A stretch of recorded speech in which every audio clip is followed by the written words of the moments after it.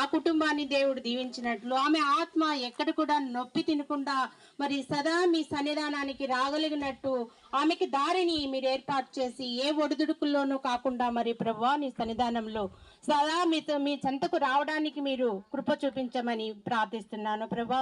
కష్టంలో నష్టంలో ఉండి శ్రమలో ఉండి తండ్రి ప్రజలందరూ కూడా అలాగనే ఉండి మీ సన్నిధానికి రాగలుగుతున్నారు. మరి తండ్రి నీ యొక్క సన్నిధానంలో ఉన్న శాంతిని విశ్రాంతిని పొందగోరిన ప్రతి ఆత్మను తండ్రి మీరు మీ చెంతకు చేర్చుకుంటాను. ఈ ఆత్మను కూడా మీ చెంతకు చేర్చుకుని తండ్రి సదా తండ్రి మీ సన్నిధానంలో 1000 ఏండ్ల పరిపాలనలో ప్రభా ఆకలి దప్పులు లేక చావు లేక నిత్యము నీ దగ్గర సంతోషంగా ఉంటున్నట్లు ఈ ఆత్మని మీరు ఆశీర్వదించమని, ఈ కుటుంబాన్ని దీవించమని, ప్రతి దుఃఖాన్ని తీసేసి సంతోషాన్ని కల్పించమని, మమ్మల్ందరినీ మీ చేతులకు అప్పగిస్తూ సదా మీరు తోడై ఉండి నడిపించమని యేసుక్రీస్తు నామములో ప్రార్థించి వేడుకొంచున్నాను తండ్రి.